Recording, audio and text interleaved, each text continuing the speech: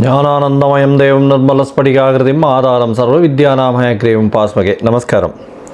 நேயர்கள் அனைவருக்கும் astro KS ஐயங்காரின் பணிவான நமஸ்காரங்கள்.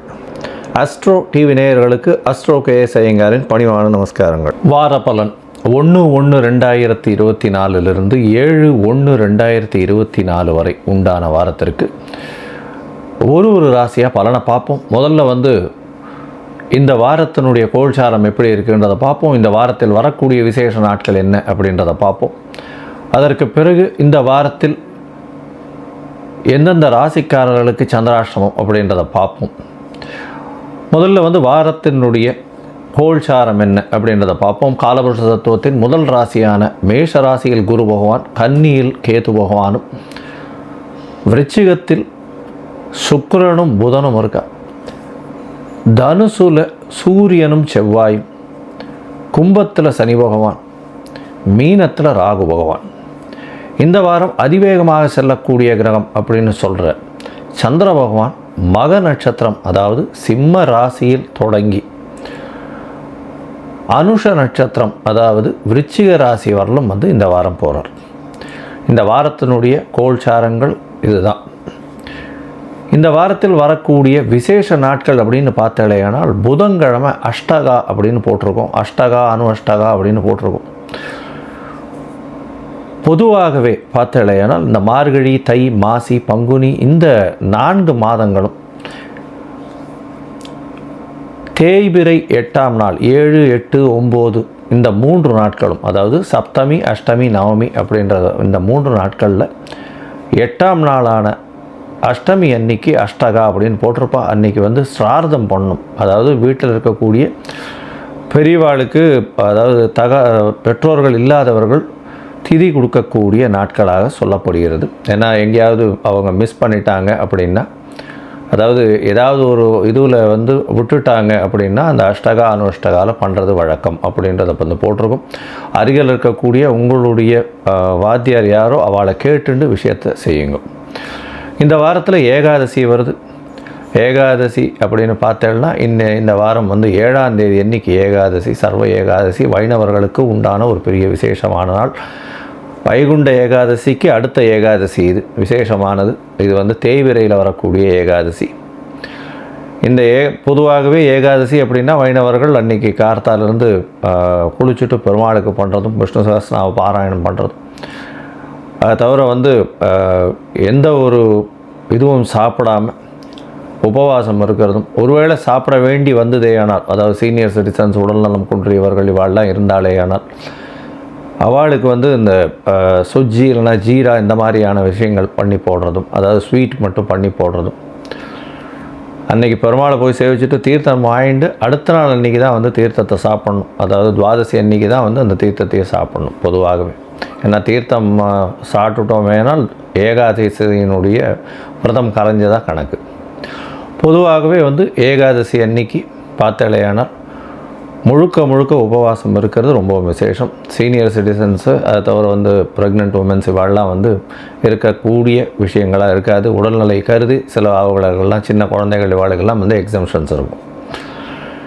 இந்த வாரத்தில் பார்த்தேன்னா ஒரு ராசிக்காரர்களுக்கும் என்னென்ன அப்படின்றத பார்ப்போம். அதுக்கு முன்னாடி இந்த வாரத்தில் எந்தெந்த ராசிக்காரர்களுக்கு சந்திராஷ்டமம்னு பார்த்தோன்னா மகரம், கும்பம், மேஷம், மீனம் இந்த 4 ராசிக்காரர்களுக்கும், அதாவது மகரம், கும்பம், மீனம், மேஷம் இந்த 4 ராசிக்காரர்களுக்கும் சந்திராஷ்டமம். சந்திராஷ்டமம்னா உங்களுடைய ராசிக்கு 8ஆம் இடத்தில் சந்திர பகவான் மறையக்கூடிய காலத்தை சந்திராஷ்டமம்னு சொல்கிறோம். இந்த காலகட்டத்தில் புதிய முயற்சி வேண்டாம், வெளியூர் வெளிமாநில பிரயாணம் வேண்டாம்னு சொல்கிறோம். ஒருவேளை பண்ண வேண்டிய கட்டாயம் இருந்ததேனால் சந்திர பகவானுக்கு உண்டான எளிய பரிகாரம்னு சொல்லக்கூடிய ஒரு 1/2 டம்ளர் பசும்பால் அருகில் இருக்கக்கூடிய கோவிலில் அபிஷேகத்துக்கு திருமஞ்சனத்துக்கும் கொடுத்துட்டு போகிறது ரொம்பவும் விசேஷம் அப்படின்றத சொல்கிறேன். அதன் மூலியமாக சந்திராஷ்டமத்தின் தாக்கம் குறையும். ஏன்னா சந்திராஷ்டமம் இருக்கும்பொழுது தடங்கள் அதிகமாக வரும், அதனால் பண்ண வேண்டாம்னு சொல்கிறோம். சரி, இந்த வாரம் மேஷம் முதல் மீனம் வரை ஒரு ராசியாக 1/1/2024 7/1/2024 வரை உண்டான பலன்கள் என்ன அப்படின்றத பார்க்கலாம். மிதுனம், மிருகசீரிஷம், திருவாதிரை, புனர்பூசம் இந்த 3 நட்சத்திரம் 9 பாதங்களை கொண்ட ராசி. ராசியின் அதிபதி புத பகவான் ராசிக்கு 6ஆம் இடத்துல இருக்கார். சுக்கிரனோட சம்பந்தம், பெரிய ஏற்றம் கிடைக்கக்கூடிய காலகட்டம், புதிய கடன் வாங்கக்கூடிய காலகட்டமாக இருக்குது, புதிய வீடு மனை வாங்கக்கூடிய காலகட்டமாக இருக்குது. உங்களுக்கு அஷ்டம சனி முடிஞ்சதே பெரிய விசேஷம். ஏன்னா எல்லா விதத்துலேயும் தடங்கள் இருந்துகிட்டே இருக்குது. கிட்ட வரா மாதிரி இருக்கும், அது உடனே கெட்டு போகும். அதனால் பிரச்சனைகள் ரொம்ப அதிகமாக இருந்தது. பண வரவுக்கு பெரிய தடங்கள், எல்லா விஷயத்திலையும் பிரச்சனைகள் இருந்துகிட்டே இருந்தது. இந்த வாரம் பார்த்தாலேயானால் உங்களுடைய ராசிக்கு 4ஆம் இடத்துல இருக்கக்கூடிய கேது பகவான் நல்ல ஒரு ஏற்றத்தை கொடுக்க போகிறார். படிக்கக்கூடிய மாணவர்கள் கொஞ்சம் ஜாகிரதையாக படிக்கணும். மைண்டு ரொம்ப டிஸ்ட்ராக்ட் ஆகிட்டே இருக்கும். மறதிகள் அதிகமாக இருக்கக்கூடிய காலகட்டமாக இந்த வாரம் அமையிறது. தொழிலில் பெரிய அபிவிருத்தி இருக்குது. 10ஆம் இடத்துல ராகு பகவான் இருக்கார். 10ஆம் அதிபதியும் 11ஆம் இடத்துல இருக்கார். பண்ணக்கூடிய தொழிலில் பெரிய லாபம் கிடைக்கக்கூடிய காலகட்டம்.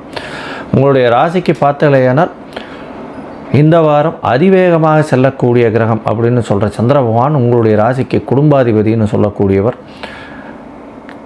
இந்த வாரம் 3ஆம் இடத்துல இருக்கார். 3ஆம் இடத்துல இந்த வாரத்தை ஆரம்பிக்கிறார். மக நட்சத்திரத்தில் ஆரம்பிக்கிறார். 3ஆம் இடத்தில் இருக்கும் பொழுது குடும்பாதிபதியை குரு பார்க்கறதுனால குடும்பத்தில் நல்ல ஒரு ஏற்றம் இருக்கும். இளைய சகோதரர்கள் மூலியமாக நல்ல ஒரு சந்தோஷமான விஷயம் வரக்கூடிய காலகட்டமாக இருக்குது.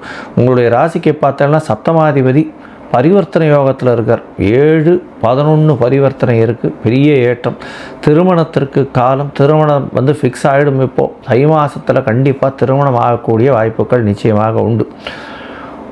பார்ட்னர்ஷிப் கன்சர்னில் பெரிய ஏற்றம் கிடைக்கும். அதுவும் இந்த இதில் சினிமா துறையில் இருக்கவா, பேக்ரவுண்ட் ஆர்டிஸ்ட், இவாளுக்கெல்லாம் பெரிய ஏற்றமான காலகட்டமாக இருக்குது.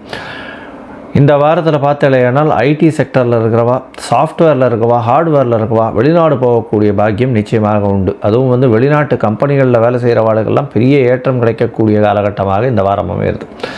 இந்த வாரத்தில் உங்களுடைய ராசிக்கு 3ஆம் இடத்தில் இருக்கக்கூடிய சந்திர பகவான் 2ஆம் தேதி சாயந்தரம் ஒரு 5:15 மணி வரலும் இருக்கார். அதற்கு பிறகு அவர் 4ஆம் இடத்துக்கு போகிறார். சந்திர பகவானோட சேர்ந்து கேது பகவானும் இருக்கார்.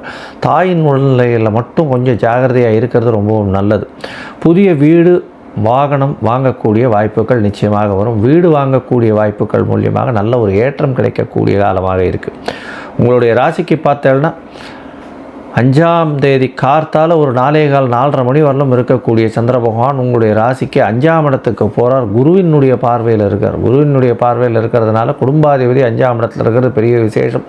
உங்களுக்கு புதிய பதவி, புகழ், அந்தஸ்து, கௌரவம் வரும். குடும்பத்தில் நல்ல ஒரு ஒற்றுமை இருக்கும் கணவன் மனைவிக்குள்ளே. அதை தவிர ஒரு நல்ல செய்தி வரக்கூடிய வாய்ப்புகள் உண்டு. குழந்தை பிராப்தி ஏற்படக்கூடிய வாய்ப்புகள் நிச்சயமாக இருக்குது. ஏன்னா குரு 5ஆம் இடத்தை பார்க்குறதும் சந்திர பகவான் அங்கே இருக்கிறதும் நல்ல ஒரு ஏற்றம். உங்களுடைய ராசிக்கு 6ஆம் இடத்தில் சந்திர பகவான் போகிறார். அது 5ஆம் தேதி, அதாவது 7ஆம் தேதியில் 5ஆம் தேதி அதாவது கார்த்தால ஒரு 4:30 மணியிலிருந்து 7ஆம் தேதி மதியம் ஒரு 1:30 மணி வரலும் இருக்கக்கூடிய காலகட்டத்தில் உங்களுடைய ராசிக்கு 6ஆம் இடத்துல போகிறார். சுக்கிரனோட சம்பந்தப்படுறார். பெரிய ஏற்றம் கிடைக்கும். புதிய கடன் வாங்கி வீடு கட்டக்கூடிய காலகட்டம். நல்ல ஒரு ஏற்றமான காலமாக இந்த வாரம் அமையிறது. உங்களுடைய ராசிக்கு பார்த்தேனால் அதாவது 7ஆம் தேதி அன்றைக்கி மத்தியானத்திலிருந்து உங்களுடைய ராசிக்கு 6ஆம் இடத்துலேயே சந்திர பகவான் போய் இருக்கிறது பெரிய விசேஷம். இந்த காலகட்டத்தில் பார்த்தேனால் எல்லா விதமான புதிய முயற்சிகள் அனைத்தும் வெற்றி பெறக்கூடிய காலகட்டமாக இருக்கும். புதிய வேலை கிடைக்கக்கூடிய காலகட்டமாக இருக்கும். மொத்தமாக பார்த்தோன்னா இந்த வாரம் ஒரு பெரிய ஏற்றமான வாரமாக இருக்குது. நீங்கள் செட்டி புண்ணியம் போய் அங்கே ஹயக்ரீவ பெருமானை சேவிச்சுட்டு வாங்க. எதுக்குன்னா இந்த வாரம் குழந்தைகளுக்கு டிஸ்ட்ராக்ஷன்ஸ் அதிகமாக இருக்கும் அப்படின்றத சொல்கிறேன். அதனால் கண்டிப்பாக அங்கே ஒரு ஏலக்காய் மாலை போட்டு இந்த வாரத்தில் போய் செட்டி புண்ணியத்தில் அவர் ஹயக்ரீவ பெருமானை போய் சேவிச்சுட்டு வர்றதன் மூலியமாக நல்ல ஒரு ஏற்றம் கிடைக்கக்கூடிய காலமாக இந்த வாரம் அமையிறது.